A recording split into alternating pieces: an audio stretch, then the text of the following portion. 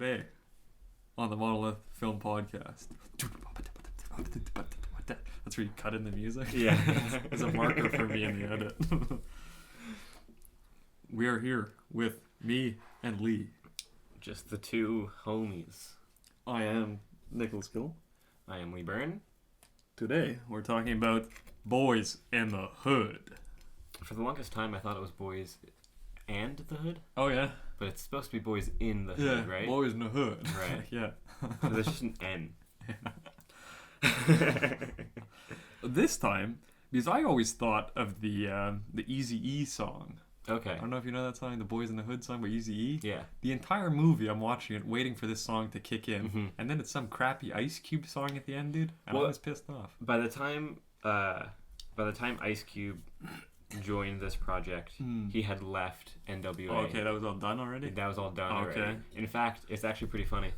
You know the crackhead who steals one of the dude's chains and then they beat the shit out of him? Yeah. He's wearing an Eazy-E shirt. Oh, is he really? As like a diss. Oh, like yeah? Crackheads Oh, that's pretty like cool. him kind of thing. Oh, yeah.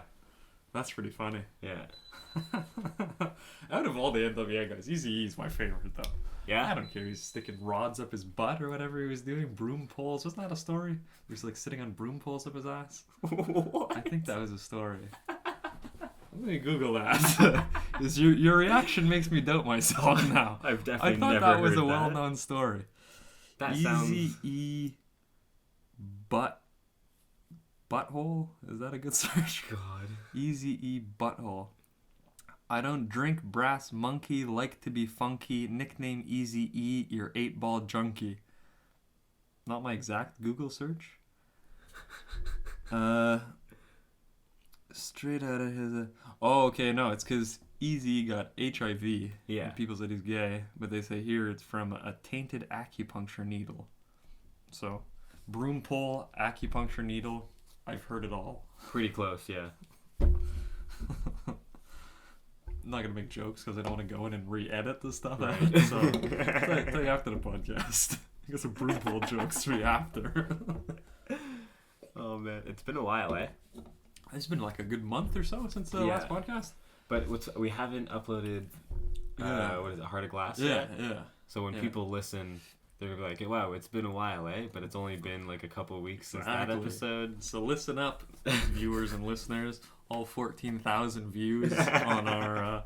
I check that regularly. Yeah? Just Are to we go, actually like, at 14,000? I think it's 13,009 something. Oh, man. But one asshole from Thailand commented, he wrote something and I had to translate it, and it said like, you know what I love? Videos with no video or something like that, because it's just an audio podcast. Like, listen, asshole. You know what a podcast is. Yeah, for real, fuck. Listen, asshole. Yeah, we're at 13,000. Holy shit, I didn't even know. So, not too bad, dude. Last time I checked, we were at 6,000. Oh, yeah? Yeah. I think at 10,000 I posted something. 27 Oh, you're up, right. 13 down. We're in the plus, baby. We're in the green. Hell yeah. And guess what? We got another Green Light podcast coming at you now. Hot, baby. Hot stuff. If you thought Eazy-E broom pole jokes, if you thought that was the whole podcast, just wait. We haven't even started yet. This is going to get cut out anyway. All this is going to get cut out. Oh, look at this, 251 on Tropical Malady. Oh, that's not bad. Interesting. I thought that would have got 3. Well, I mean, it's all the Thais. It's all the people in Thailand. That's true. We're big in Thailand. Still 98 on Chinese Bookie. I think that's been 98 since we posted it. 98's not bad compared to like right. the 4 we have on other. We don't need to talk about. I don't know what other ones do we have here that aren't doing great. This is the behind the scenes episode. This Apparently, is like the recap. We're talking about it. We're a little rusty. Strike Track has 8. Right. Not bad. Not bad. Other Side of the Wind has 12. I mean, Hereditary has 5. Hereditary does have 5. I would have didn't see that thought. one. I would have thought Hereditary would have done. That's like our most recent film. And I thought, yeah, our most recent film and our most recent upload. Yeah. I thought that would be like in the 100.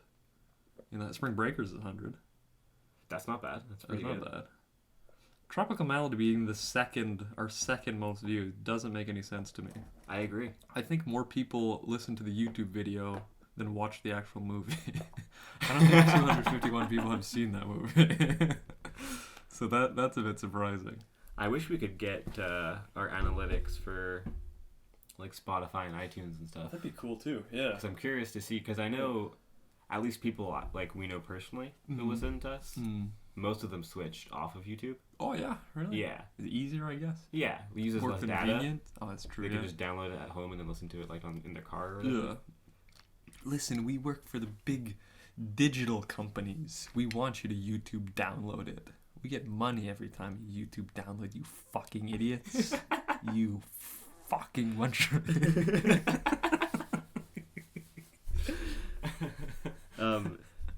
We work for the internet.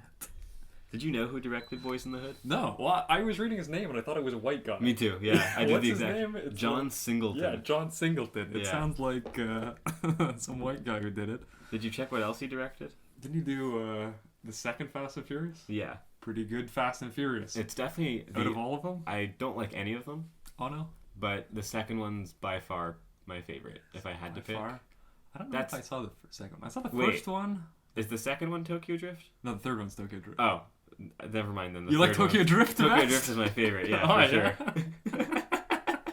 Tokyo Drift is like the coolest one, but also like the weirdest, like, stupid shit one. That's you know? probably why I like it. Some hick guy in Japan doesn't make any sense. Nice cars, though. Cool car, drifting for 3 minutes straight. Yeah, exactly. Awesome. That's the shit I like. That's awesome. None of this fucking... What is it? Fast 7 or Furious 7 or Yeah, whatever well, no, they're garbage? just like action movies, though. They're not Yeah. even like race movies, Yeah. though. I like 9 spoilers on a car, is what I like. Oh, yeah? Wings just on top of each other. Stacked. Tokyo style. John Singleton also did Abduction. I don't know if I saw Abduction. You probably haven't because it's absolute garbage. Oh, yeah? Yeah, it's definitely horseshit. Alien horror movie? No, not even close. It's with who's that guy from Twilight? Oh, I know who you're talking about. Taylor Lautner, Oh, I thought it the was wolf. The wolf. Okay, one. yeah. Isn't he like the least good out of all of them?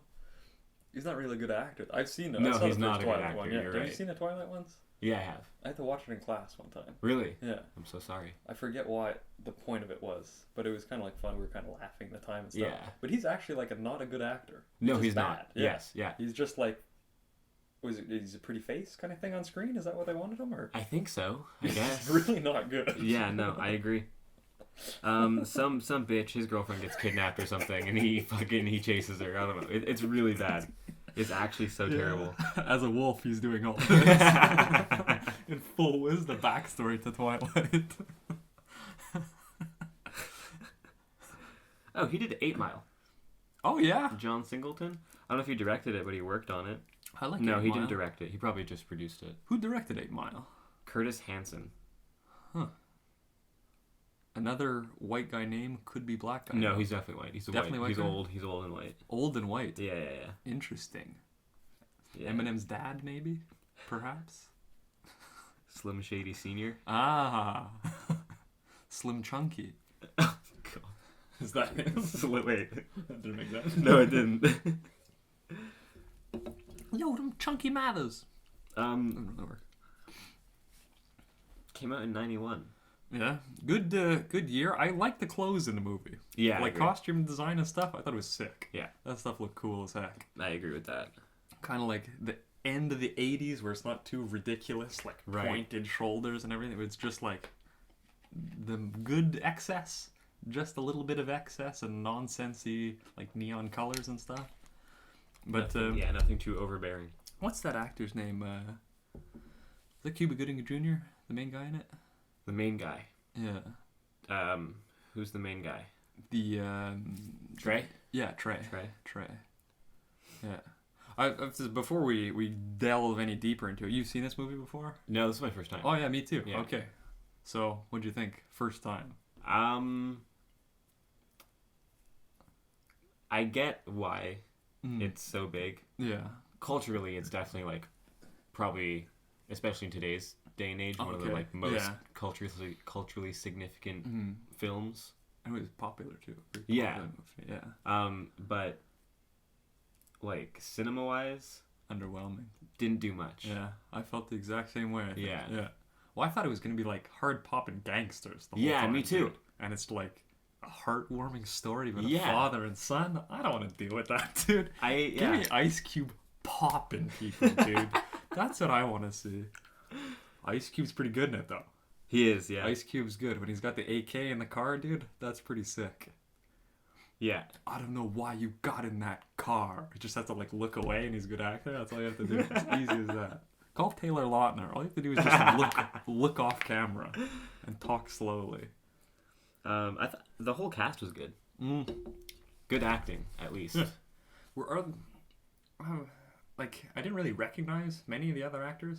Really? Other than, like, Martin, what's his name, Larry Fishburne and, Yeah, Lawrence. whoever Lawrence else, Fishburne. yeah.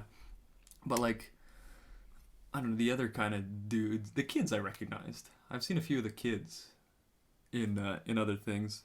But, yeah, I thought everyone was really good. Like, all the people's girlfriends and everything. The football player guy, I thought he was pretty good. Yeah. As, like, a block-headed, like, cool haircutted kind of guy. What else was good? The guy sucking on the thing. I didn't get that. It was a bit That weird, was weird. that. It was a bit weird. Maybe that was a thing. Maybe. Was that a thing? I don't know. I've Back never then, seen it. Did I don't know. gangsters use pacifiers? Yeah. That's how you know we hard. If we sucking, we tough. How many N-words do you think I'm going to have to edit out of this? Zero. There's been no edits here. Zero. We didn't do anything. We're good boys. He was good, though. I like that guy. And the bad guys I thought were pretty cool, too. But, like, all guys I'd never seen before. As, like, actors. Yeah. So I don't know. Do you think they were picked up guys, like, off the street? Or do you think they're This was actors? Because they looked pretty gangster. This was John Singleton's directorial debut. Yeah. It was So young I as think- heck, too, wasn't he? I think so, yeah. I 20, think a lot of 24, the... I think maybe. Probably a lot of the actors was their first gig as well. That'd be pretty sick, though, if he got, like, his buddies and stuff from the actual hood and stuff. No, you know? yeah, that would That'd be pretty cool. Because they seemed real. It didn't seem like anyone was pretending to be a hard popping gangsta or, like, a kind of a hood guy.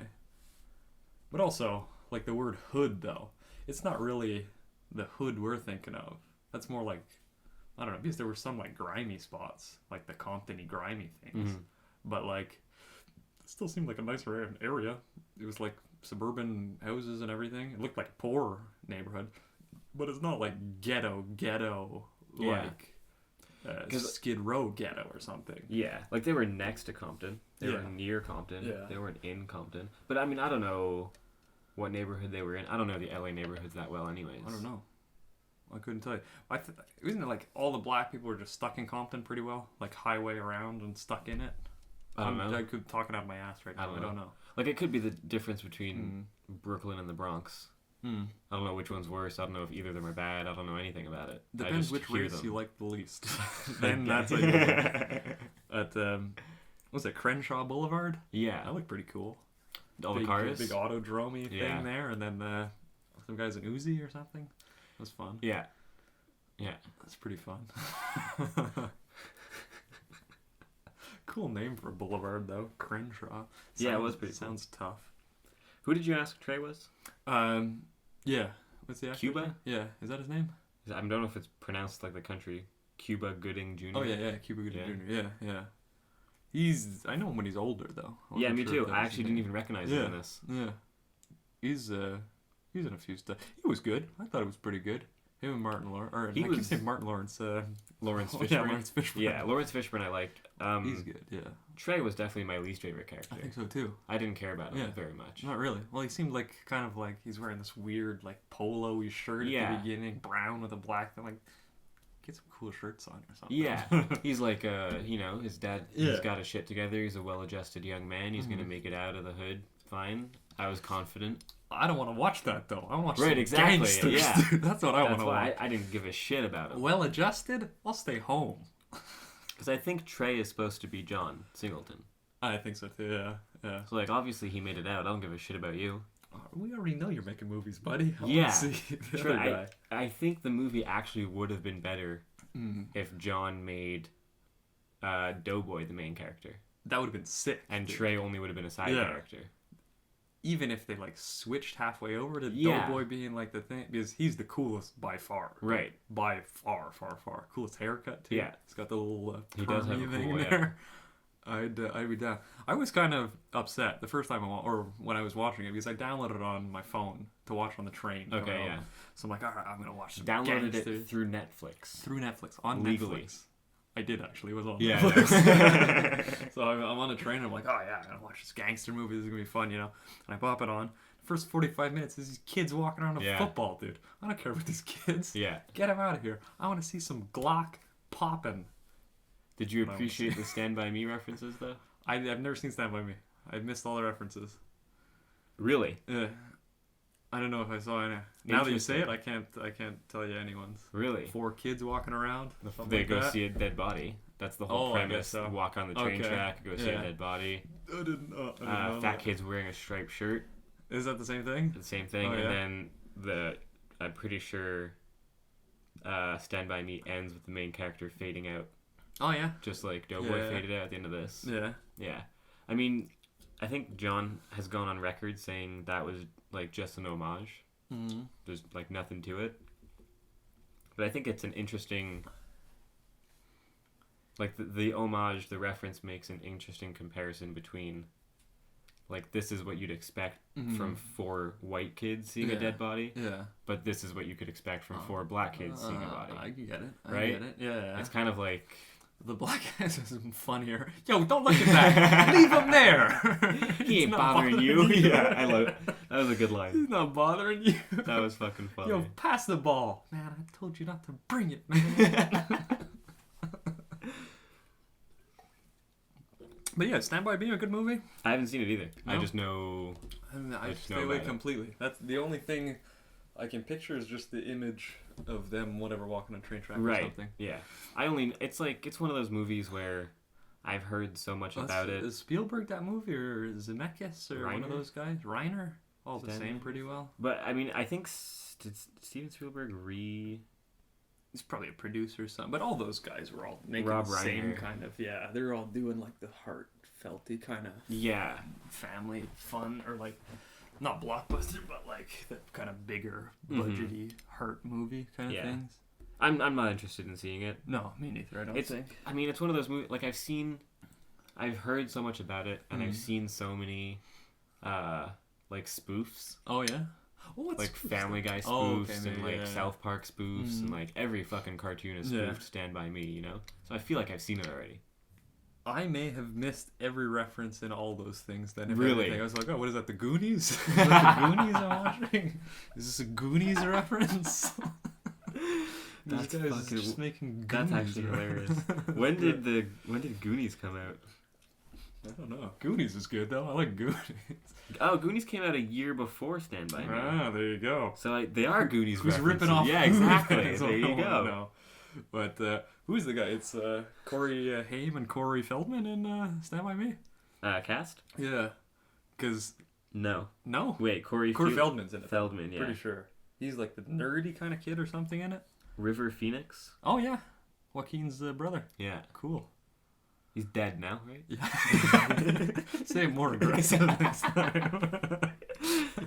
Will Wheaton, From Star Trek? apparently.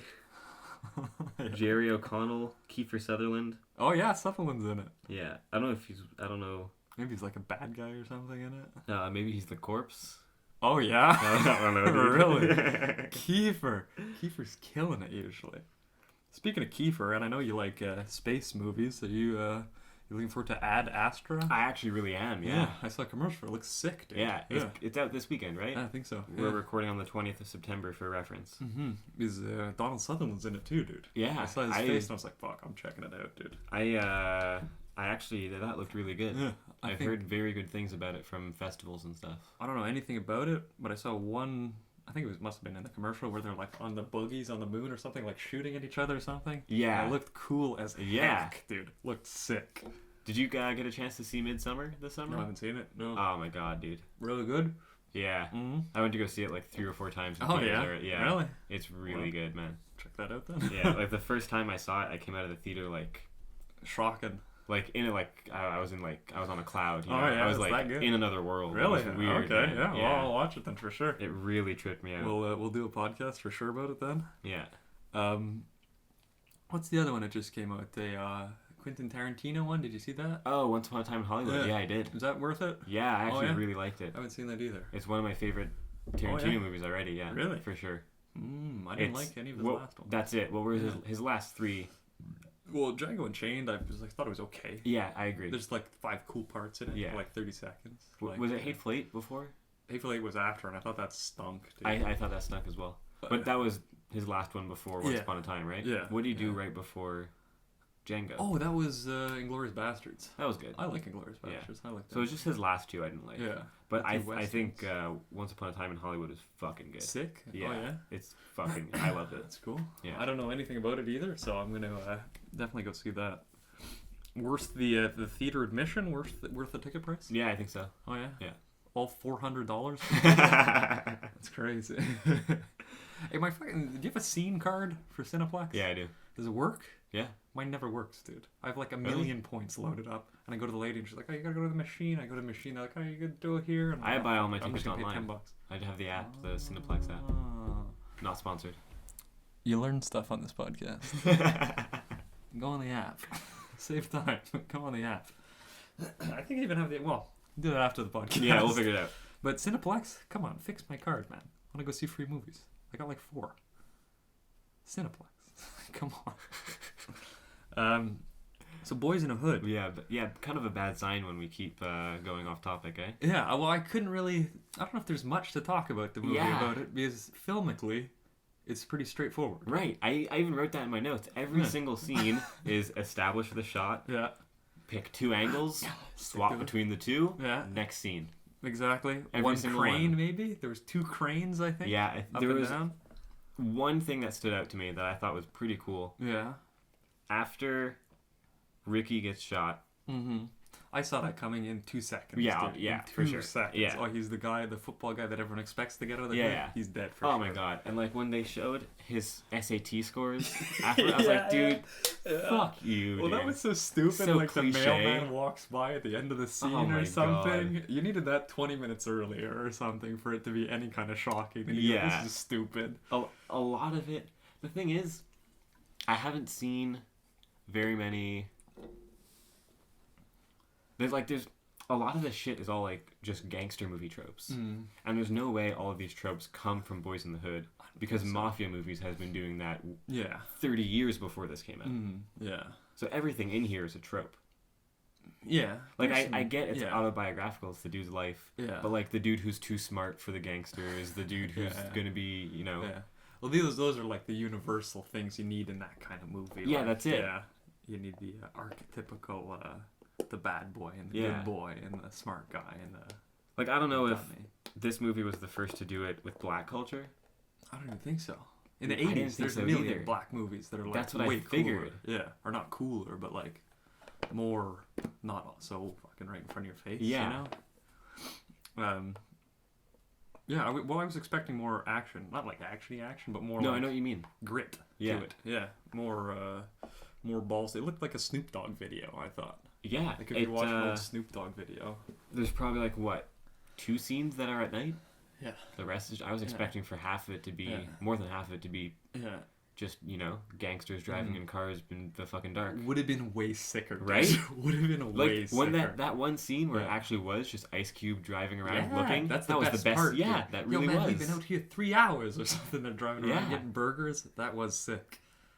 That scene and the one on the Crenshaw in front of the car place. Yes, shooting. those were like the only 2 night shots, and those are the 2 best scenes in the whole thing. I definitely agree. Or the 2 coolest ones in the scene. Yeah, they were the most visually striking as well. Even when the dude gets shot, it isn't even.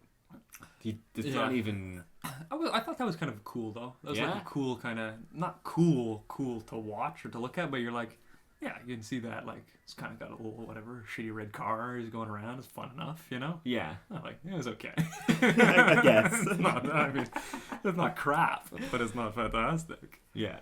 But yeah, those were the 2 scenes I felt the most like, ooh, this is like dirt, like gritty, Right, yeah. like, you know. Yeah. Everything in the day, it's like fuck, you're in a normal neighborhood. Shut up, kind of thing. Yeah. I felt that too. It didn't seem so far out of the... because I guess that was the point at the end where they're like, oh, they're reporting about Cambodia or something, but not my dead brother yesterday or something in the neighborhood. But I don't know if it was a bigger the difference between the I guess like the white part of town and the black part of town in whatever 1991, because it didn't seem so shocking or so striking their neighborhood or anything. I agree. Just looked like kind of a poor neighborhood. Yeah, you're kind of hanging on the porch. Who's that? Not even poor, just like lower middle class. Yeah. It's true. Well, there's one crackhead. The crackheads maybe brings down the value there. Even the crackhead, I thought that was a bit of like an excess character. Like it didn't seem like it fit in the real world, like, or even in the world of the movie, it didn't seem like it fit in too well. Yeah. Like what'd she do? She has a 2-story house in this suburban thing, and her kid's running in the street, and she's asking for crack all day. I don't know. Maybe if there was 3 crackheads in the house, 4 crackheads, pool their money. Perfect. But I don't know. Maybe food stamps were better in 1991. Maybe food stamps, rent stamps. I don't know. Mortgage stamps. But the only 2 scenes where I was like uncomfortable in like a good way, that the movie's supposed to make you feel uncomfortable. Like you go, whoa, this is like a different world, man. This is crazy. Look how violent this is. Were the 2 night scenes we're talking about. Yeah. Even when they were in, like, when he goes, when Lawrence Fishburne wants to show his son the billboard there. They're trying to gentrify this place.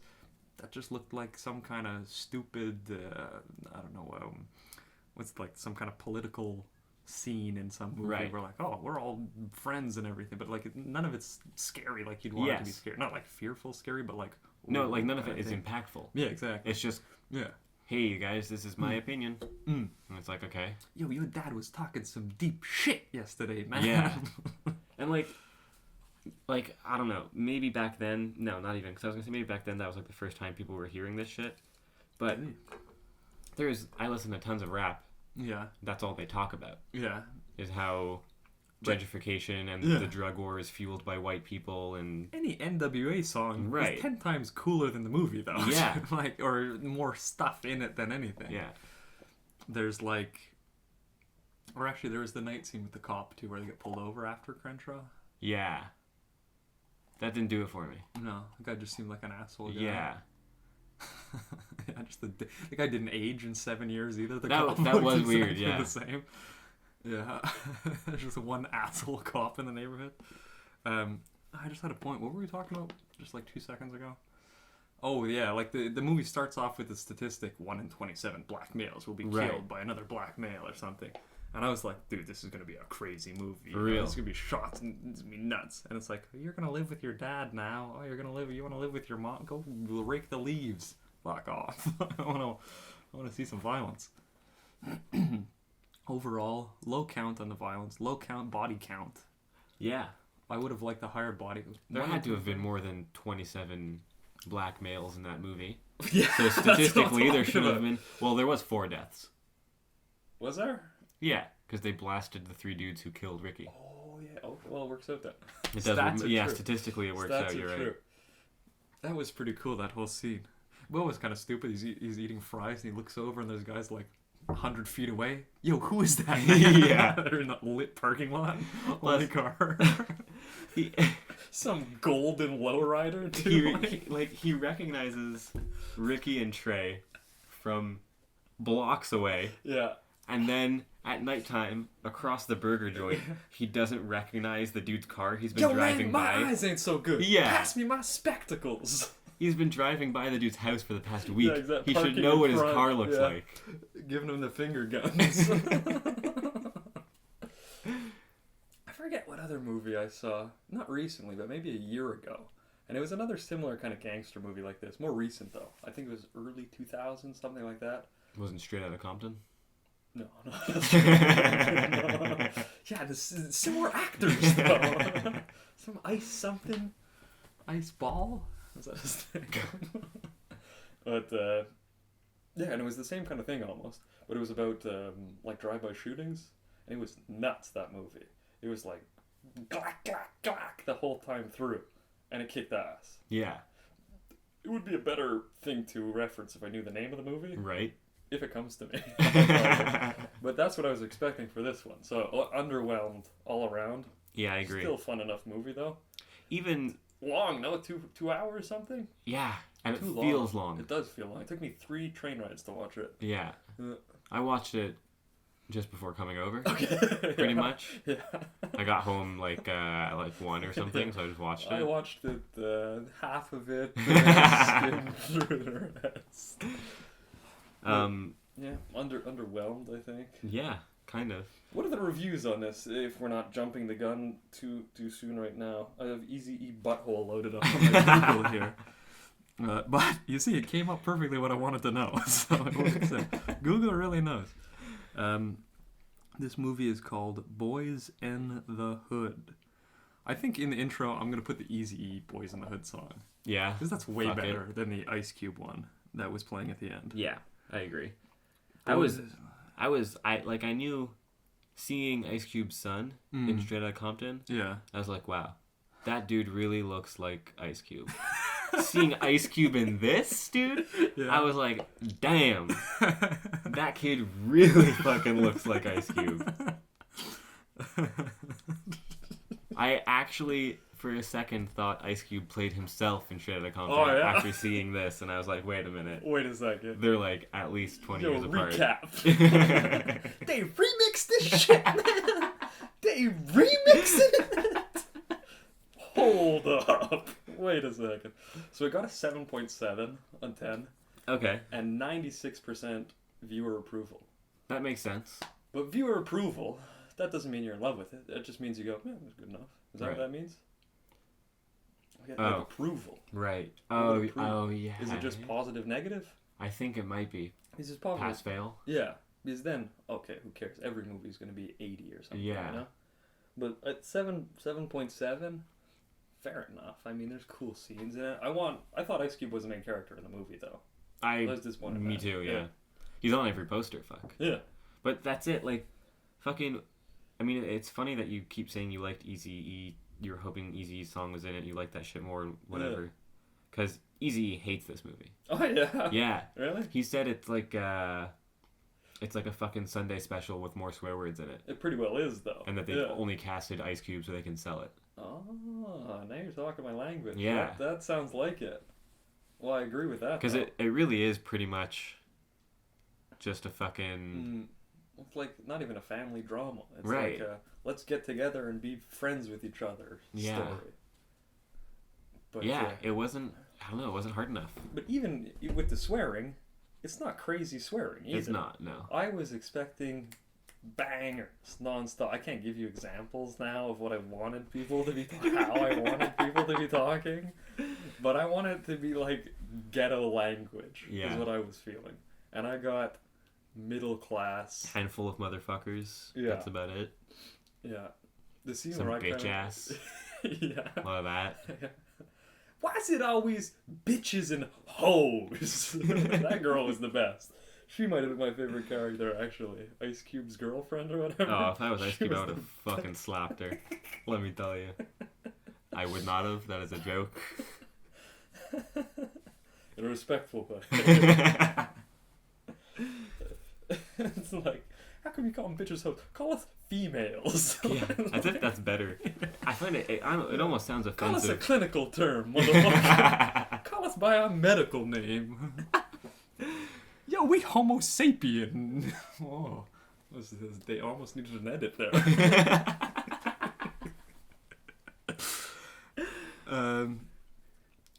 But it's fair enough. Those ratings, I guess. Yeah, I mean, not bad. I mean, it's not a bad movie. It's just, but for the amount of hype it's gotten over the years, I was definitely expecting more. Yeah. Even like thematically, everything's kind of half baked. Oh yeah. Well, yeah. Yeah, I don't like the whole beginning to it. There's like the black on black violence theme. Yeah. There's the people are ignoring the hood theme. Yeah. There's the family and fatherhood theme. Mm-hmm. Getting out of the hood theme. All those things, but they're all kind of like. But that's what you expect to be in a movie like this too. There's nothing nuts in it.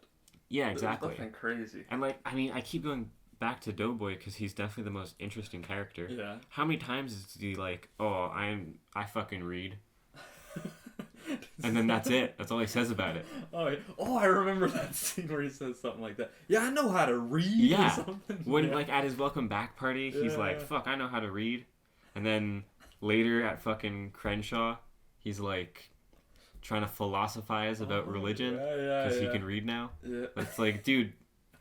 Like if you're gonna, why would there be a god? But it's like the most obvious arguments. It's like if you're gonna go that route, if you're gonna have that character who goes to jail and reads and fucking do something with them.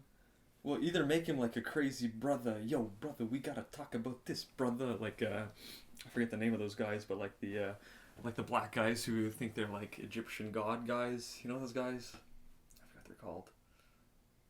Autems or something. It was like guys in like the late 80s kind of thing. Okay. And they were like just normal black guys, but they would be like, yo man, we were the first people coming out of Africa. Oh, okay, everyone belongs to us. And they'd be dressing up in like full African garb. Yeah. But like they never left like Connecticut or something, you know? I forget what those guys are called. But I don't know. That'd be more fun. That would, yeah. Or I thought he was going to become a rapper. I thought it would have been cool too. Right? Because he's got like, Doughboy has like the same, I don't know. Maybe not the same, but a similar story to dudes like Immortal Technique, who went to prison and in prison fucking just read. Oh, is that why? And then when he came out of prison, he was like a fucking rapper. Political. Oh yeah. Yeah, and all his rap is like super well informed. Yeah. I was expecting something like that. He's good. He's good. I love him. Yeah. Yeah. He's good. Yeah, like even all that shit that Furious. Yeah. Trey's dad. Yeah. All that shit he's saying.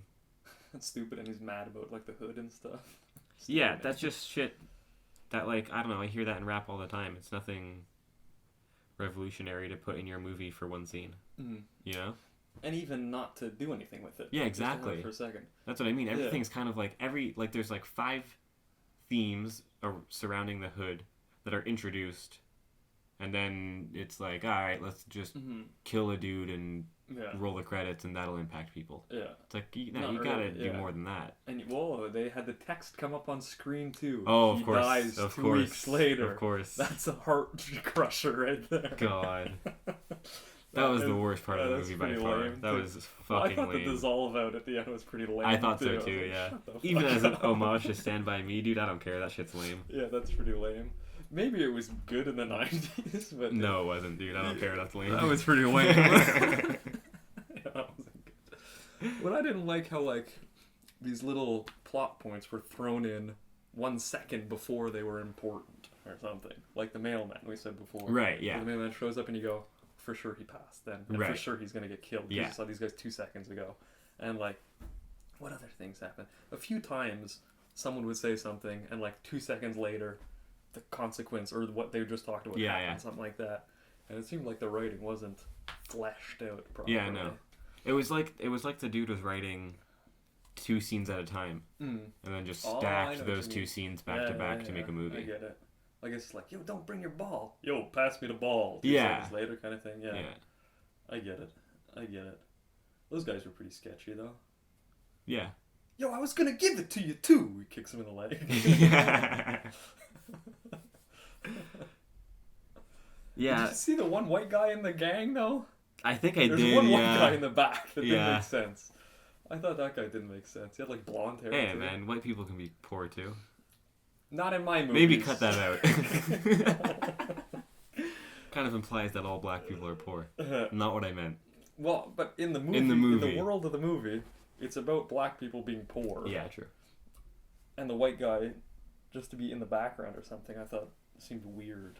Yeah, he is the only white dude in the whole movie? Pretty well. And to be in part of the tough guy gang too. Yeah.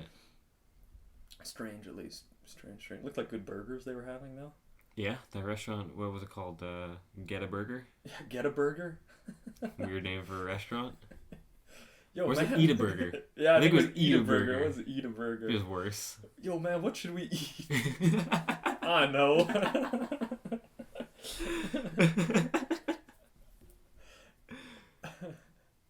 One of the lights is burnt out. Yo, can I eat a burger, please? I'd like one burger.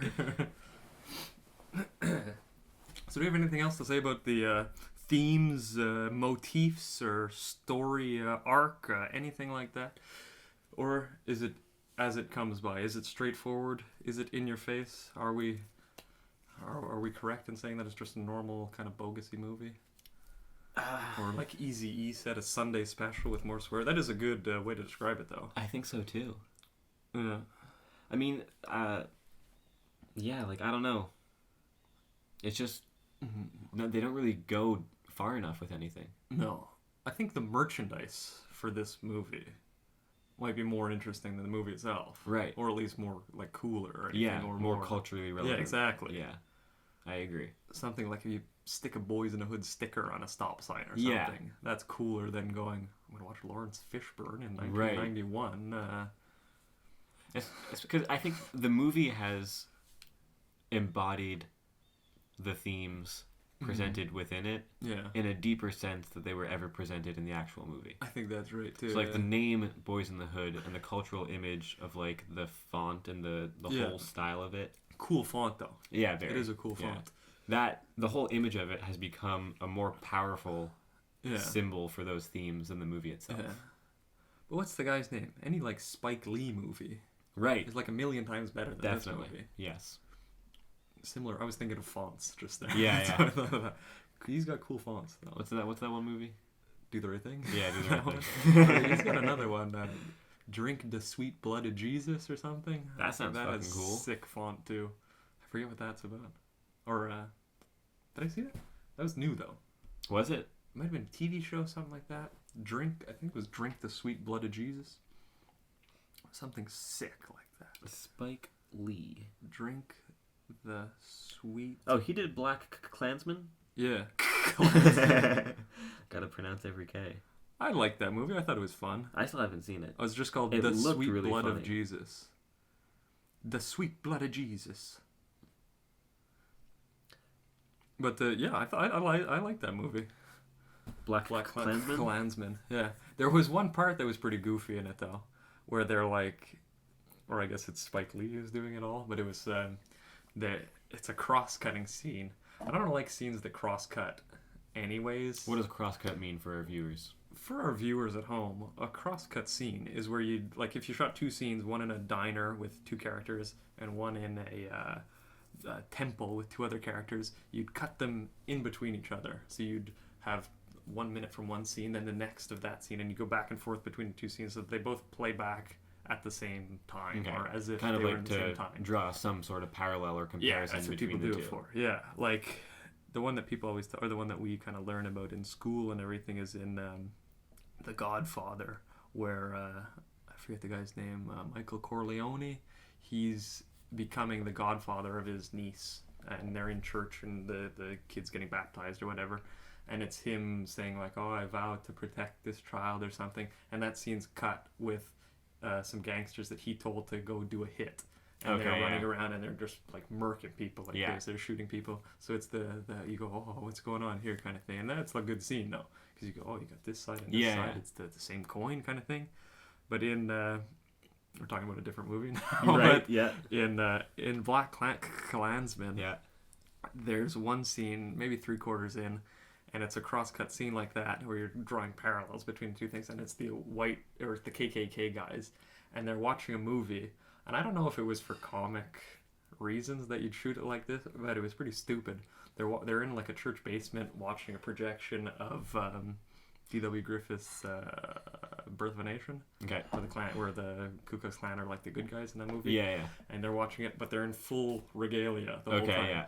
I'm like, I don't think you can see very well. Right, the little peepers. Yeah, you got, for the listeners at home, I did little peepers on my eyes. I don't think you can see very well, but they're all dressed in their full suits and going like, yeah, like yelling happily at the screen. Yeah, exactly. Yeah. And that's cut with like some dude from like the old South talking to the Black Panther Party in, I think it's New York where they are, or like some suburb in New York, and he's like, yeah, and they would string us up and they'd lynch and he's telling some story, and all the people are like crying and stuff, and it was almost like so cheesy, or like so over the top cheesy, where you go like, well, I guess these are the bad guys and these are the good guys kind of thing. So I didn't like that part. Other than that, it was cool. Yeah. Also, There's like to compare it to the Godfather scene you just brought up. I don't think I've seen The Godfather, but I've definitely seen that scene. Yeah, yeah. And like there, you have like there's definitely a parallel being drawn to a religious person's commitment to God, and the mafia's commitment to the Godfather.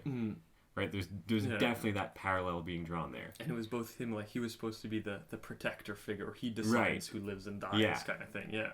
And then in the Black Klansman, it's just like there's no comparison. It's just Well, it is black and white though. That's the thing, though. It's like excessively black and white though. No gray middle kind of thing. Yeah. There's nothing to draw from it. You go, well, I got that from the look of it. You could have showed 2 pictures of the guys and I got the same idea. Right. I didn't need a 3-minute fucking scene. Also, I'm sure the rest of the movie more effectively communicates that message. It was pretty funny, the movie. Yeah? Yeah, it was pretty funny. It looked like half comedy. Yeah, I liked the movie. I'd give it like 7.9. Okay. 7.8, something like that. 7.8, I mean. Yeah. Something like high 8s. I thought it was good. Okay. But the only thing that's like the last scene in the movie is the best thing in the entire movie. Okay. I don't want to spoil it for you unless you don't care. I don't care. It's like the whole movie. It's kind of shot on like crappy film stock almost, so it kind of looks like it's from the 70s a bit. Like grainy? Yeah, so it's kind of cool and like kind of washed out yellows or like overly yellow kind of look to it. And the very last scene, it's the kind of Spike's auteurist signature where he has people, instead of walking down a hallway, he'll have them on like a dolly rig and they'll dolly with the camera at the same time. So it looks like the person's standing still and the background's moving. Okay, yeah. But it's like a stylized way to show they're walking kind of thing. So they'll just be like that and the whole background will be moving behind them. It is in a few movies. It's cool. I think, I've seen that. I feel like I've seen that in a Wes Anderson movie. Oh, maybe that too. Yeah. But that's like, it's his kind of sick little thing that he does. Okay. And you're kind of waiting for it the whole movie. And then in the very last scene, it's like the main characters. And it's the only part that's like not real world, or it's the only kind of surrealist part of the movie, which is I think my favorite parts of movies, the stuff that doesn't really make sense in the real world kind of thing. And it's the main character, the black cop or the black investigator and his girlfriend, and they hear like a knock on the door and they're like, oh, what the fuck, because they just like, I forget what they did, they killed the head clan guy or something. Okay, the fucking Grand Wizard or whatever exactly, something like that. And they're like, oh, is he gonna come get us or what's gonna happen? And then like they walk to the door and open it up, and then it's just them with like guns or something, and they're like dollying down the hallway, but they're not moving, the hallway's moving, and then it's their like the reverse angle, their point of view, straight dolly forward, going to a window at the end of the hallway, and you just see like it's nighttime, you see like a flicker, and then there's like a crazy zoom, like a super zoom the whole way, and it's like a big cross burning and like 100 guys around it, and then the movie ends on that. I think it ends on that, but it's sick. That sounds fucking cool. Yeah, it's awesome, dude. That scene, it's like whoa, whoa, whoa, whoa, whoa, whoa, and then jump. Very cool. It was cool. That's the best part of the movie. Everything else is just kind of normal, but that last scene is sick. Very cool. Yeah. So Boys in a Hood. Yeah. I think, I don't know how we started talking about this, but you asked me, I think, what my favorite scene was, or if I had anything else to say about a scene or something.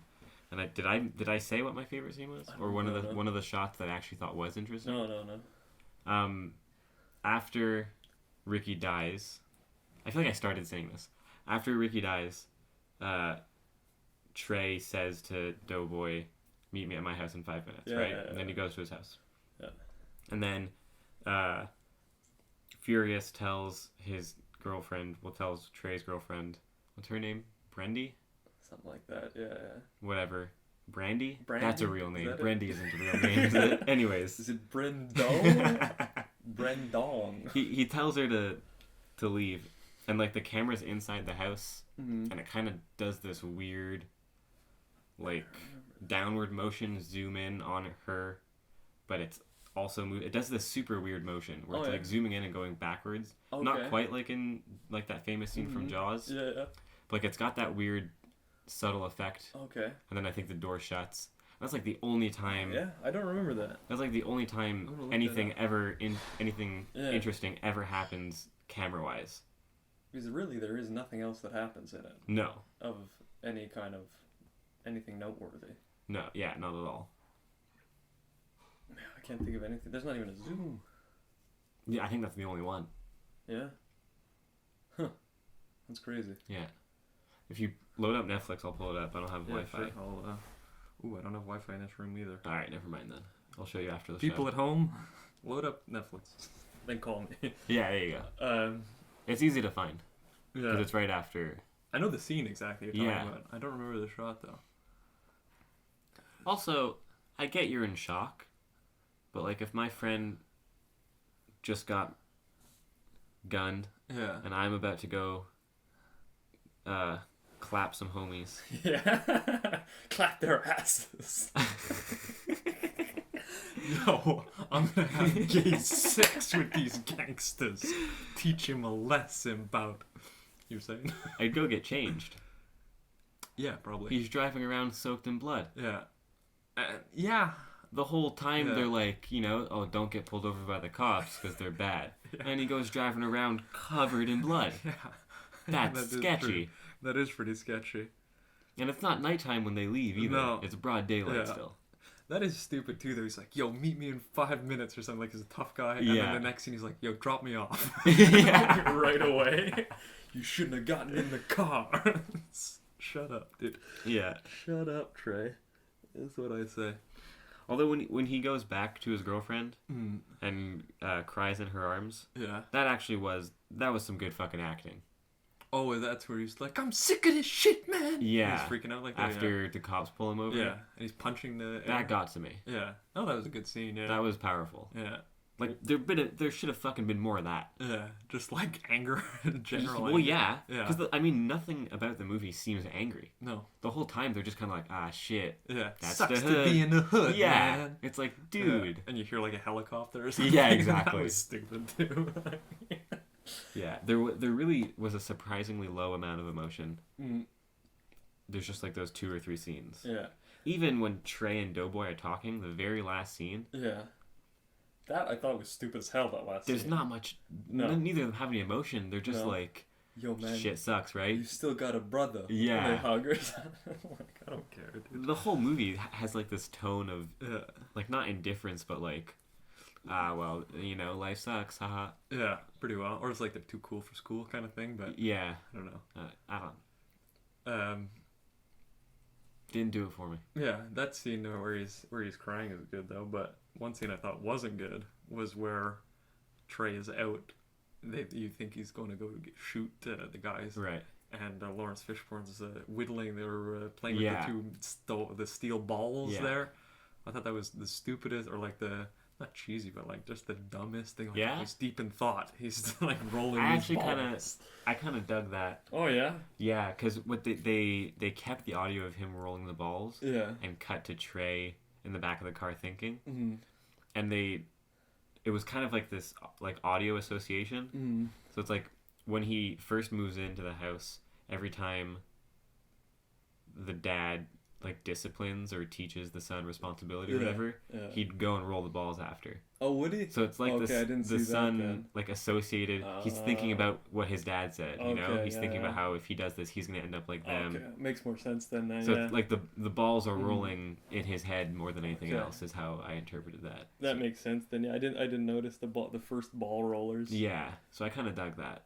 Yeah, that makes more sense then. Yeah, but as a motif, it's kind of. No, I agree. Deep in thought. Yeah, no. They could have just. Yeah. Yeah. I think it would have been more subtle, but it would have been like just as the connection would have still been there if they skipped the dad deep in thought doing his thing and they just used the audio of the balls over that scene. Would have had the same effect. At least on me, I would have noticed it for sure because I had already registered that sound. Yeah. Oh, you think you hard? You hard? Shoot me then. Like, what's that gonna prove? Yeah. I want to kill my family? Yeah. Okay, I guess I'm not tough. If I can revenge my best friend, then I can definitely shoot my dad. Yeah, I'm not tough if I can't kill my dad. Is that how everyone gets jumped into gangs? Yo, you want to be in this gang? You gotta kill your dad. Kill your dad. You idiot. You can cut this. I mean, half of them don't have dads, so how are they going to get in the gang? Oh, yeah, you gotta cut that. Kill your aunt.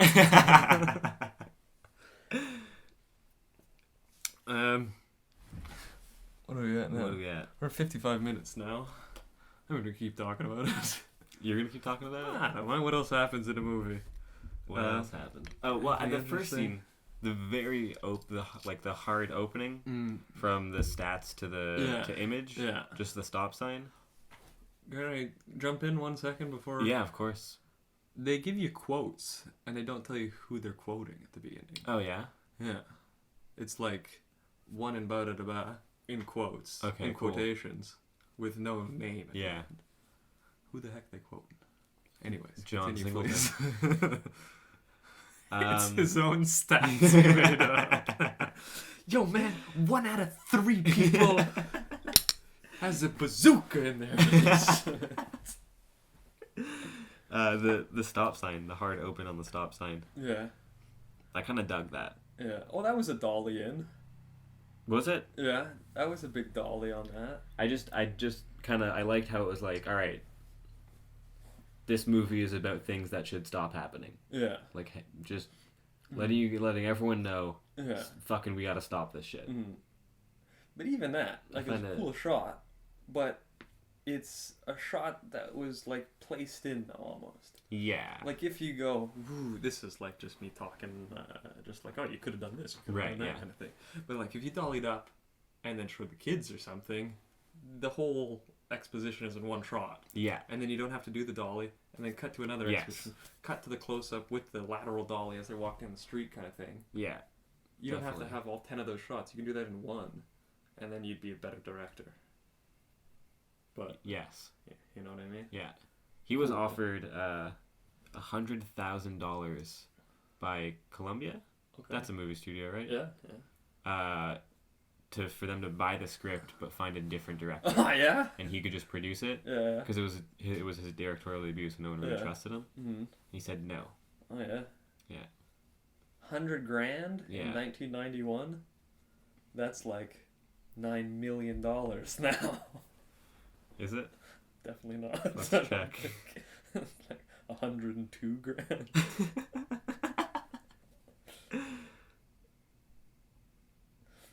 I wonder who they would have picked otherwise. Yeah, I wonder. Oh, it's close to $1 million. Really? Yeah, 188,000. Oh yeah, well that was 30 years ago almost. Yeah. Okay, yeah. So that's crazy. No, wow. It's not close. No, it's not close to $1 million. My bad. It's close to 200,000. Okay. Yeah, yeah. But still, to double in 30 years, that's a lot. Yeah, it's not bad.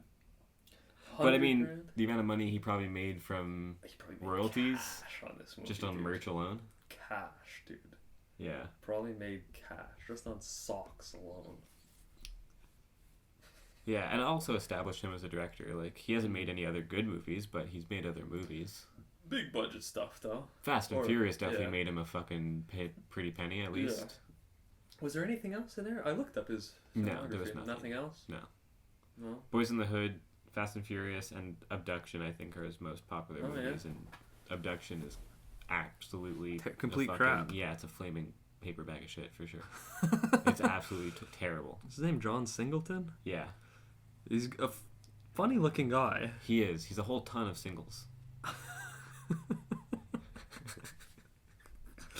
That is true. I've been sitting on that all podcast. Oh, no, he did Poetic Justice, dude. No, I've never heard of that. That's count. With Tupac. Oh, yeah? It's Tupac movie, yeah. Oh. Did he kill Tupac? Dude, he fucking killed Tupac in that movie. He looks... Is he an actor as well? He looks like that guy, though. You know that tough guy?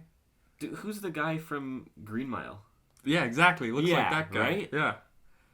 Yeah. I hope we're not just being racist. No. But he does. Michael Clark Duncan. He looks a lot like Michael Clark Duncan. I think so, too. Produced by...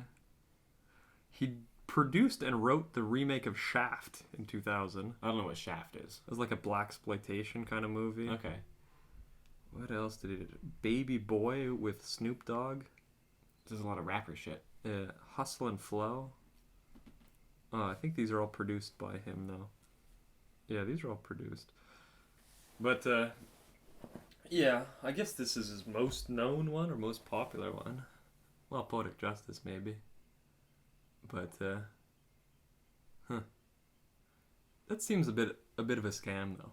If you're gonna make a movie, you go, let's get Ice Cube in this one, let's get Snoop Dogg in this one, let's get Tupac in this one. Yeah. You know, just the quick way to turn a buck almost, or to get a cast. Yeah, I agree. And then he produced Green Mile as well. He produced Green Mile. Or well, he's credited for doing something on Green Mile. Oh yeah. Yeah. Or 8 Mile. Oh, 8 Mile. 8 Mile. Yeah, my bad. Okay. Yeah, my bad. We're talking about rappers and movies. Definitely 8 Mile. Yeah, 8 Mile too. Yeah. My Maybe bad. it's his thing. Maybe he likes rap music. I mean, it's a. You think? I actually like turn of the century big band jazz. Man. It's definitely, I don't know, it's a good way to make money, I guess. Not turn of the century big band jazz, but like. It's too bad us as white guys can't do it. Who can? Let's pick up Logic. Let's call Logic over. Make a movie with Logic. Isn't he half black? Is he?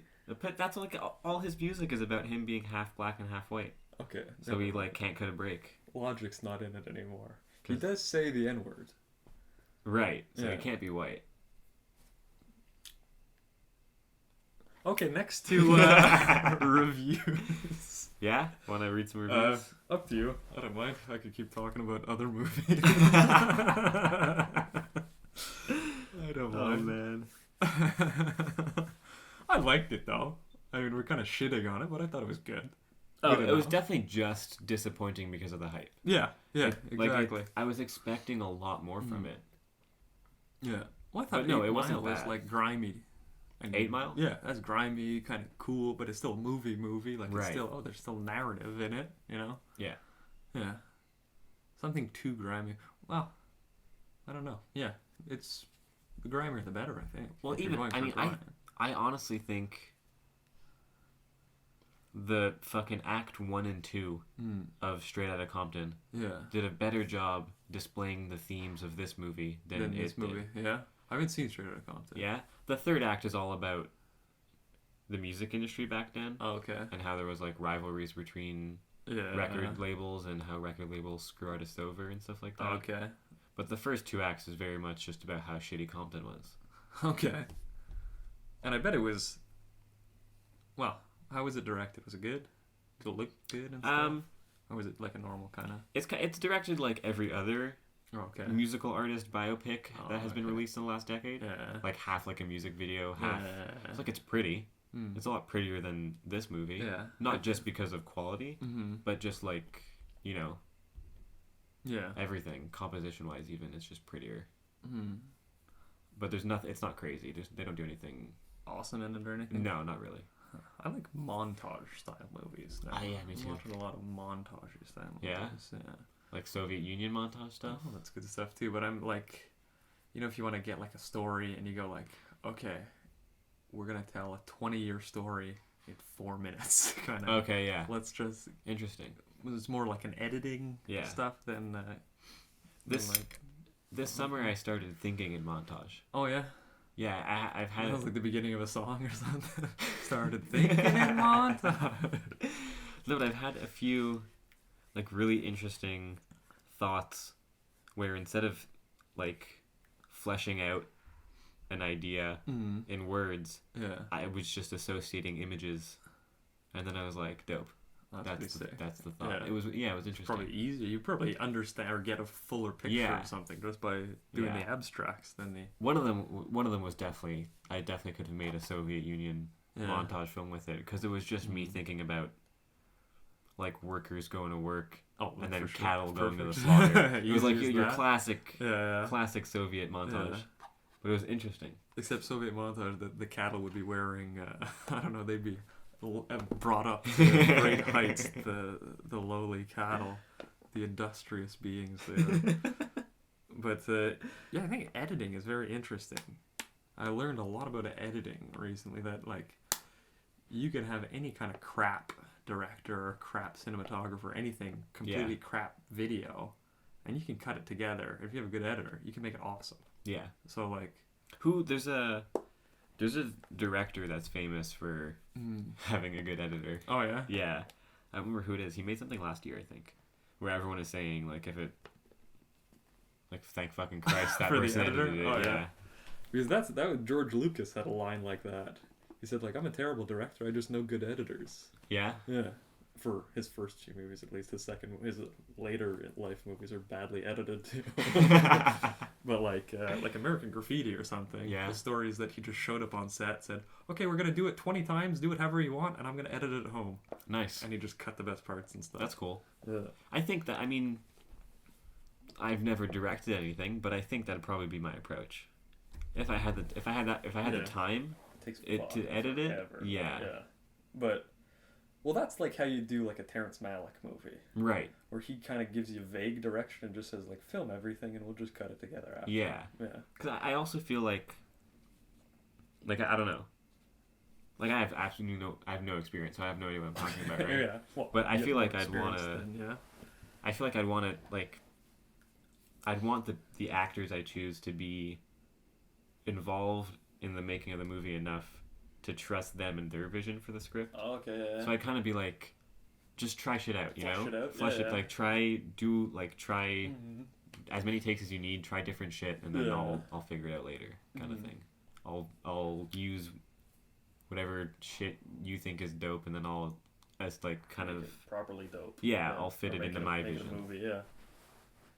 Yeah, I think the magic I comes more so from the post-production, right, than anything else. Yeah, like even these people they go like, oh, the power of the image and all this image is so powerful and provoking, but like I think the space in between the images is more powerful than any kind of single image alone. Right. Like you could have an amazing thing. Oh wow! Look at the acting in it; it's amazing.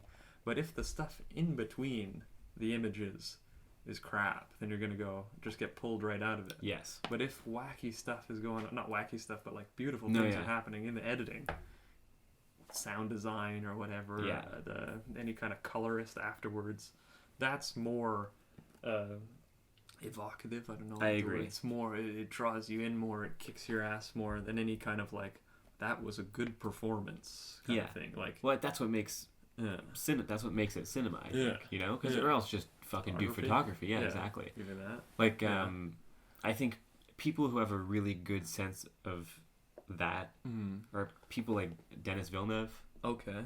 Like the new Blade Runner. Yeah. 2048 or 2049 or whatever. Yeah. The filler in that movie is absolutely amazing. I only saw the first half of it. Yeah. My Netflix download expired. Well, even the original Blade Runner. Yeah. I think Ridley Scott has a good sense for that as well. I like Ridley Scott.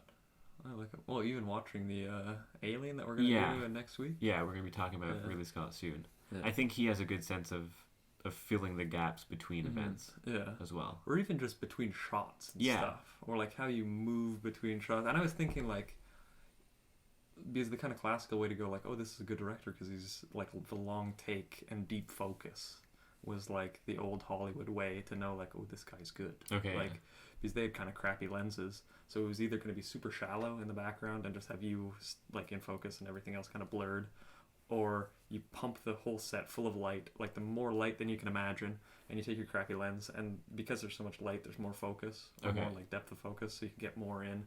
And then that was like, ooh, that's a good director. He knows how to light his set or something. Right.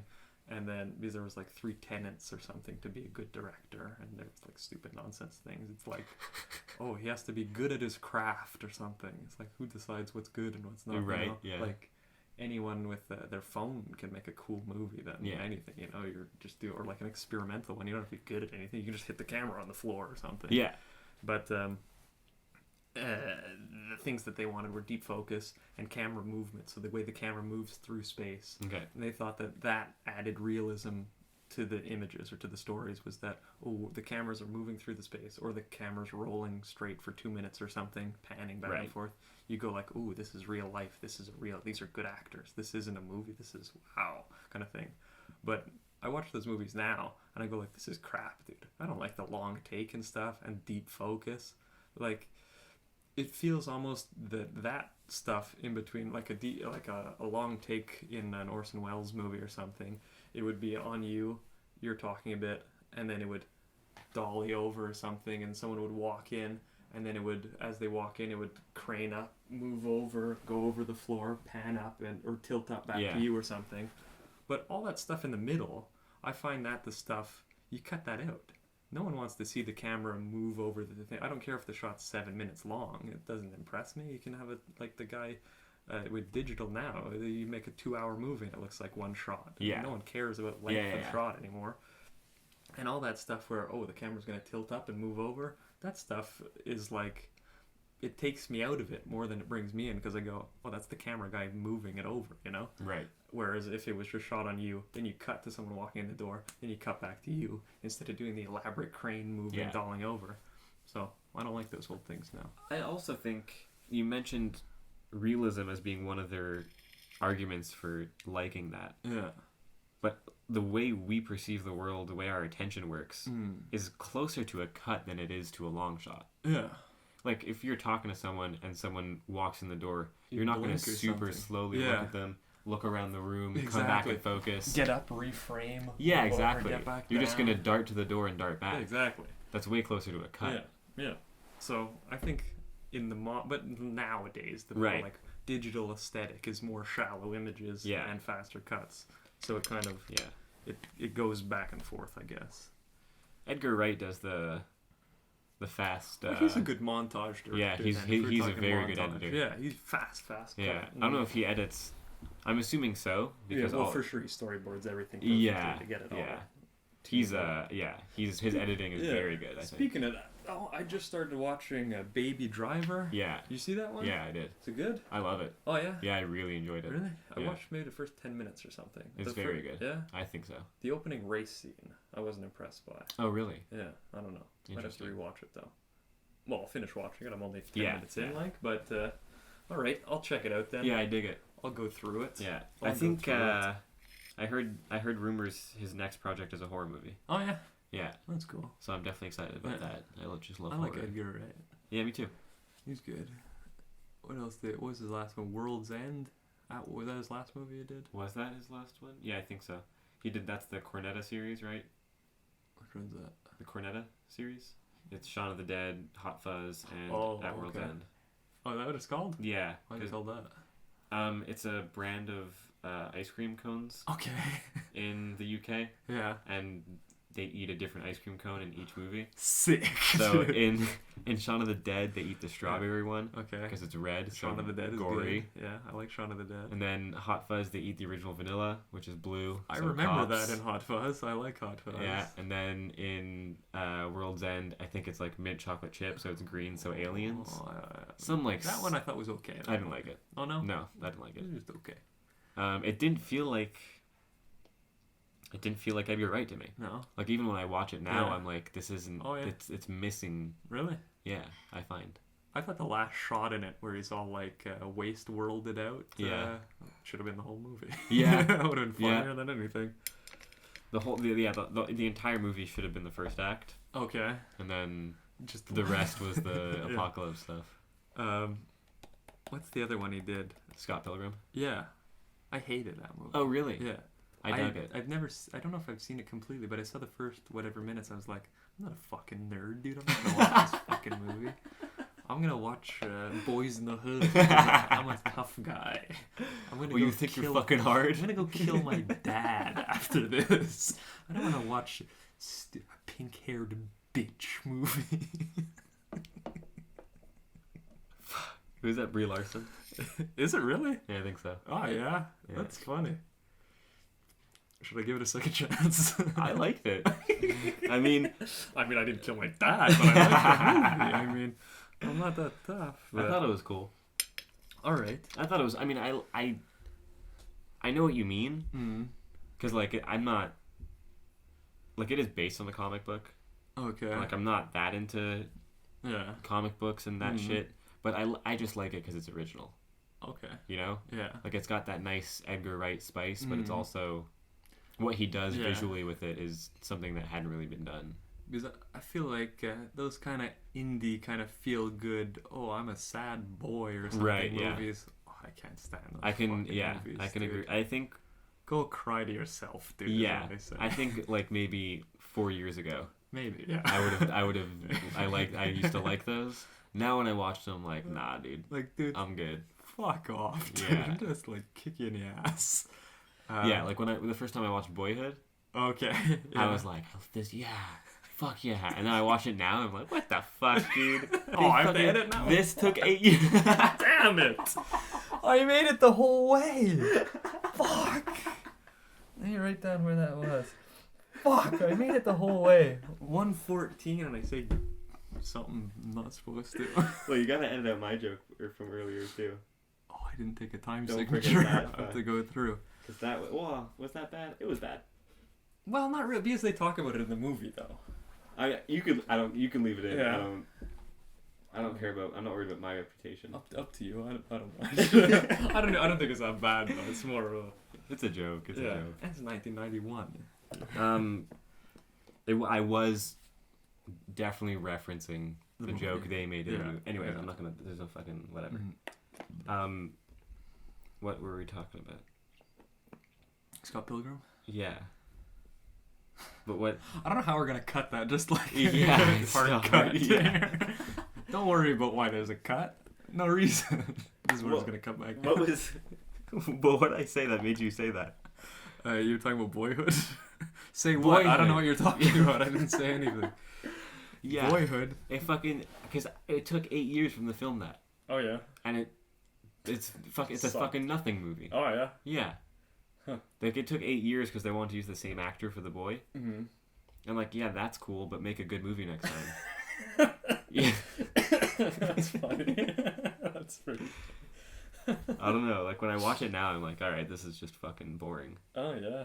Like when I was a kid, I was like I was able to identify with the main character and like it, it meant something or whatever. Now I'm like, okay, I can go watch a better movie with the same and have the same effect. But that could be the same thing with Boys in the Hood, though. Maybe we're not the target audience. 30 years later, white Canadian guys. I think I would actually argue that we are the target audience. Oh yeah. Yeah, because the whole movie is about bringing attention to the hood. Yeah. People in the hood, the people who would identify with this movie, already know all this shit. I guess so. So I think John Singleton was probably trying to educate us white boys. I get it. I dig. Yeah. So on that basis, I think, again, make a better movie next time. So reviews, you think? Yeah, let's read some reviews. Let's see what's up. Let's see what Letterboxd thinks of Boys in the Hood. Boys in the Hood. Would you have preferred if it was in the hood? Or the THA, perhaps? For a while, I thought it was Boys in the Hood, D-A. Yeah. I would have preferred it if it was Boys in the Hood. Yeah? In the Hood? In the Hood. Boys in the Hood. That would have been pretty cool. I think the N bothers me less than the Z. Oh, well maybe Boys in the Hood, it is what you thought. It's about boys and the hood, but also boys in the hood. Yeah, you think it's both? You think maybe. He chose the N on purpose because it could be both? Yeah, because I'm thinking like that's the stupidest one to put. Or to like make it stylize. Yeah. Like you put the Z because you have to. Yeah. But I don't know. Or also would have been Boy in the Hoods. That doesn't make sense. So it's got to be boys. Multiple hoods. It's got a 3.9 on Letterboxd. Out of 4? Out of 5. That's a high rating. Yeah, so it's like what, 4.8? Yeah. No, 7.8 out of 10. So yeah, near close to 8.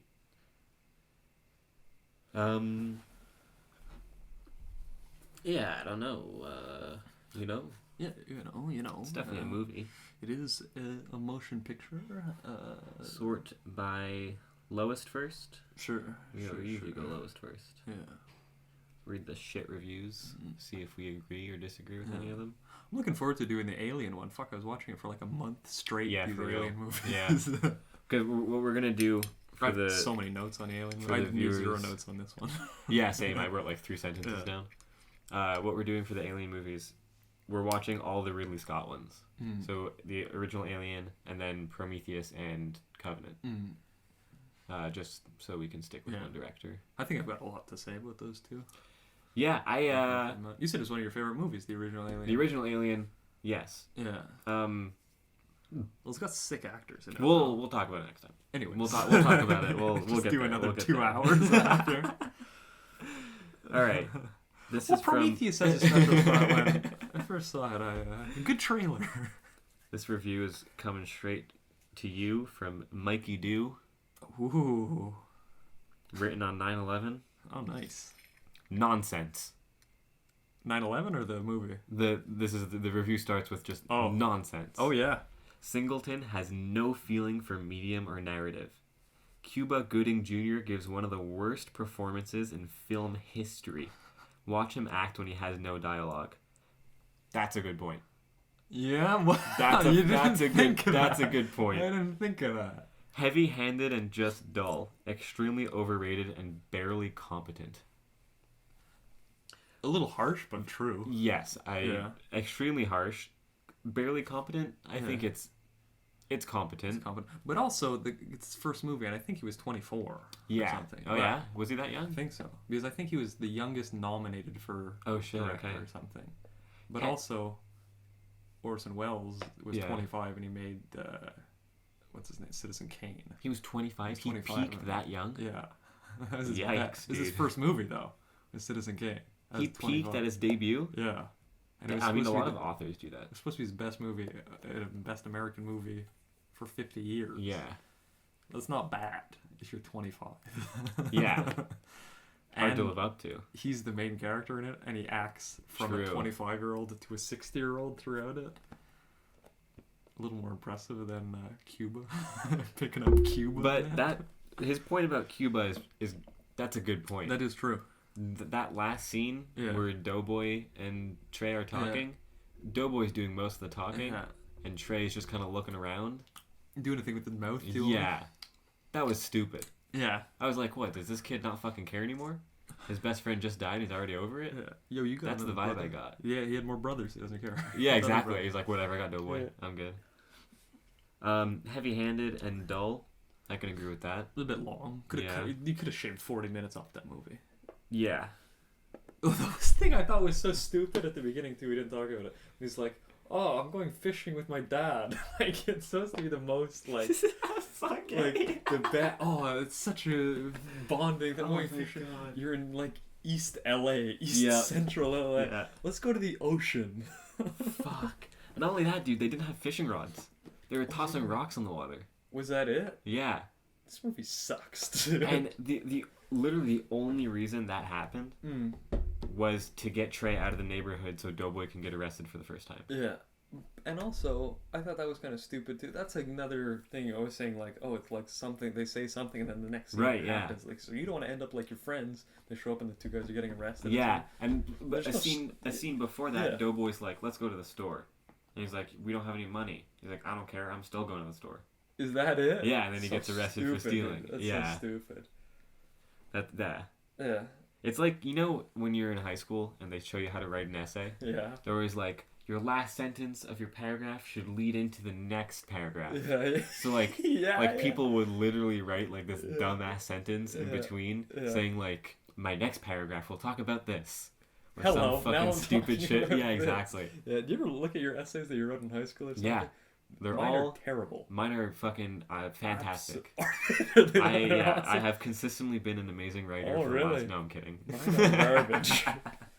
I used to start mine like with the dictionary things. Oh, this is what this word means, or something like the worst way to start it. That is bad. Those were terrible.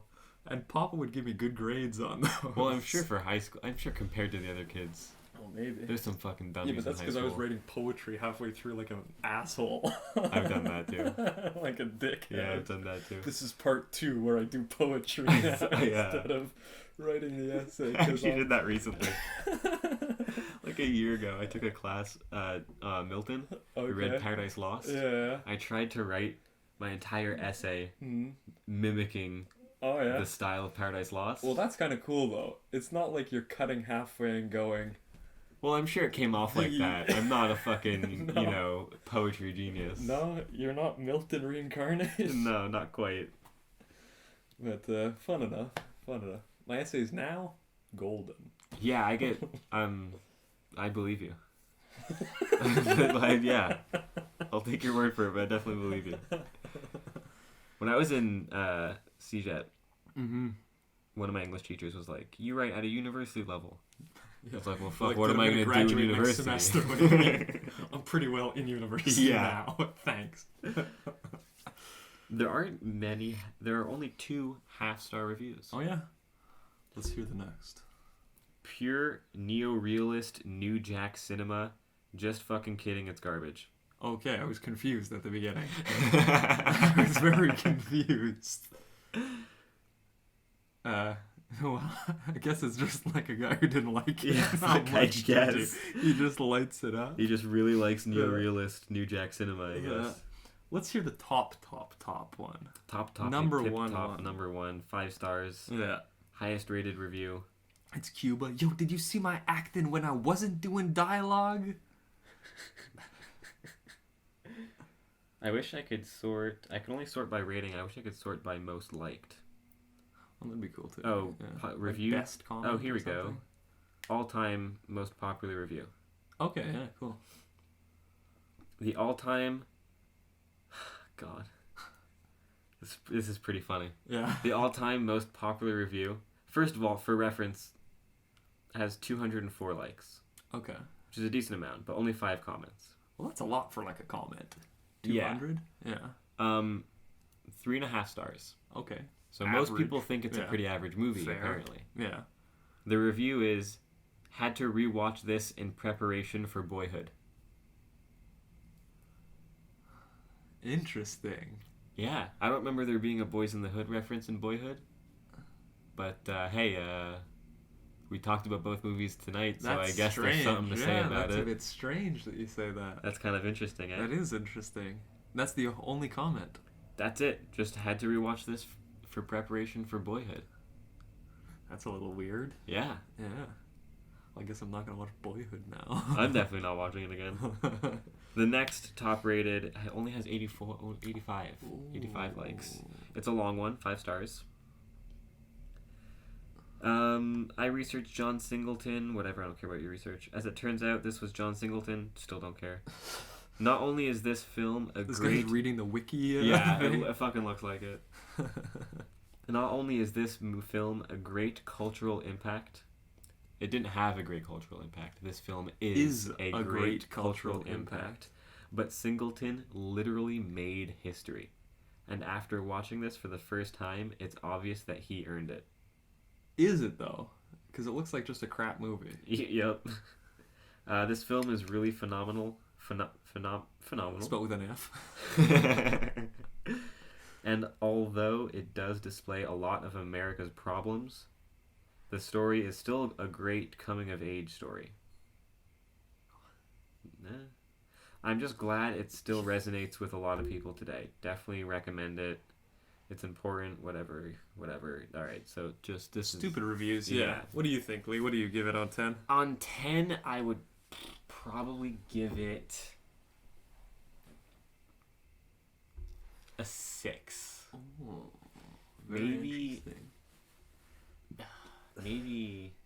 no, a 6. 6? I don't think I'd go any lower. That's fair, though. Yeah. That's fair. I forget our grading scale. Do we go beyond half points? Oh, you can give it whatever you want. Like I don't want to give it a 6.5, so like somewhere in between 6 and 6.5. Okay, yeah. Because I was gonna give it a 6.5, and then you said 6, and went, I don't want to look like I loved it. Right. Well, I was thinking about giving it a 5.5. Oh yeah. But I was like, no, it deserves a pass. Yeah. Well, if you give it a 5.5, I'll give it a 6.5, and we cut it at 6. Yeah, we'll cut it a 6. Monolith review official 6 out of 10 for Boys in the Hood. Easy as that. Directed by John Singleton, came out in 1991. Fun enough. Needed more Ice Cube. Needed more gangster stuff. Definitely needed more gangster. Yeah. Less family love story. Less heartwarming messages. And let's get to the cool stuff. Also, be a better director and editor. Yeah. Anything else to say? This seems like it went fast, this podcast. I'm surprised at how long we're at now. We did a lot of... About an hour and a half already. We did a lot of talking that wasn't about the movie, but hey, there's not much... BlacKkKlansman was fun. There's not much to talk about. Spike Lee's a good director. Spike Lee's good. I guess that's it. That's fun. Well, next week we're doing a fun director feature. Yeah, that'll be nice. To our director's feature. Only Alien, though. Don't watch any of his other movies. No. Well, I like Gladiator. Oh, I'm just saying for the podcast. Oh, I understand. Don't expect us to talk about Blade Runner or Gladiator or anything like that. Well, what other good movies does he have other than Gladiator, Blade Runner, and Alien? Well, that's it. That's it? Yeah. He kind of stopped making movies for a while. He was producing tons of shit and not really directing. But he makes like weird, epic, like bad ones, though. Yeah, he does make a lot of garbage. What was that? Gods and Kings? Yeah, that was shit. Cool name, though. Exodus, semicolon, Gods and Kings. Cool name. Bad movie. Absolute trash movie. Yeah. Well, when John Turturro is the Pharaoh, I'm tuning out. Some Italian idiot. Yeah, that's a good point. It's like they remade... They did this other thing where I don't know, they keep... What was it? There's a fucking movie where I think it's Matt Damon. Okay. He's in China fighting the Mongolians. What? When they're building the Great Wall, but he's... Oh, I know what you're talking about. There's like monsters. Yeah, I know exactly Matt Damon. What you're talking about. That movie looks dumb as shit. Yeah. Yeah, I remember that. Yeah, he's like I think he's supposed to be like a British imperial soldier who's sent to help them fight the Mongols. But that's just the way to get a white guy in the cast. Yeah, exactly. Exactly. Yeah. It's like, dude, come on. Yeah. Fucking... Oh, he directed The Martian. I didn't like that either, speaking of Matt Damon. No. I saw the beginning of that and I thought it was crap. Yeah, Robin Hood was garbage. Body of Lies was garbage. Yeah. American Gangster? Did you see that? American Gangster. Which one's that? I don't remember hearing that great stuff about it. It's from... Oh, that's with Russell Crowe and... what's his name? Fuck. Yeah. Russell Crowe and... Denzel Washington. Denzel, yeah. Yeah. That's okay. Yeah, I don't remember hearing anything that great about it. It's okay. It's like cool enough. It's like cocaine kind of time movie, 70s cocaine kind of movie, but it's like okay. I think Black Hawk Down, did you like that? I didn't really like that. I hated it. Yeah, I did not like it. No. Hannibal? The TV show? No, the movie, 2001. Never saw it. I dug that. It was alright. And then I never heard of that. Right before that was Gladiator, so... I like Gladiator. That's my dad's favorite movie is Gladiator. Oh, yeah? Yeah. To be honest, I don't think I've seen it. It's pretty sick. It's pretty cool. It's like Spartacus for the modern age. The Spartacus story pretty well. Like I've seen a lot of is that where the Are You Not Entertained thing is from? Yeah, exactly. Yeah. That's a sick scene though. When I don't want to spoil it for you anyways. Well, it's one of those movies I've seen so much about. Okay. I don't feel like I need to see it. Joaquin kills that movie too. Oh, he's in there. He's the bad guy in the movie. Oh, maybe I will watch it. He's the Emperor's son, dude. You interested in seeing Joker? Yeah. Yeah, I'd like to see that. I like Joaquin. Yeah. I love Joaquin though. Yeah. Big Joaquin fan. Me too. Yeah. But like the critiques I've heard about it was that the director, he goes, I wanted to make a movie that was like Taxi Driver and King of Comedy. And you're like, those are two great movies anyways. Why don't you just go watch those two movies? Okay, yeah. Like that's the only critique I've heard of it. And also, why are you making another like superhero Joker movie kind of right, thing? yeah. The Joker's definitely like we've had enough, dude. Yeah. I think. I don't know what Joaquin's gonna do with a character that's any different. Yeah. Oh, I keep seeing a bunch of... it even has De Niro in it from King of Comedy. Does it? So, yeah. Well, who was in Taxi Driver? De Niro. Yeah. Yeah. That's true.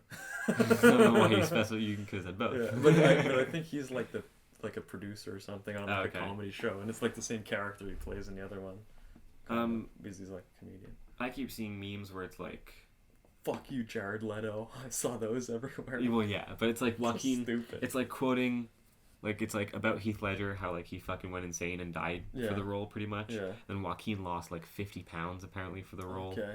And then it's like the meme where that dude like refused to shave his mustache for the role of the Joker. Who's that? The original guy or something? Yeah. Who's played the Joker? He didn't want to shave his mustache. Dude, they just do white makeup on top of his mustache. That's pretty fun. I think I can picture it now. I know you're talking about. It's actually fucking funny. Yeah. So it's like this big meme that like people are taking the Joker way too seriously. Yeah, and also That wasn't Heath Ledger's last movie, too. He had filmed another one after that. It was crap. The Imaginarium of Dr. Panapis? I have no idea. But there's one movie, just some like B indie movie, and it came out like 4 years after because it was in like crappy post-production. Okay. But that's actually his last movie, and it like people are like, oh, it destroyed the legacy or something. But you still want the myth that the Joker killed them, kind of Interesting. Thing. But he was Caesar Romero. Caesar Romero was the Joker, and he refused to shave his mustache for the role. That's hilarious. I think so too. But I think the comparison is kind of rude. You know, let him take his role seriously. Who cares? Yeah, but also if no one wants to say to the guy, you got to cut your mustache off, then I guess it's not a big deal to have the mustache on it. Right. Or else they would have got a different actor. Also, he's the Joker. Yeah. I mean, he's supposed to be kind of wacky and insane. I think it's even...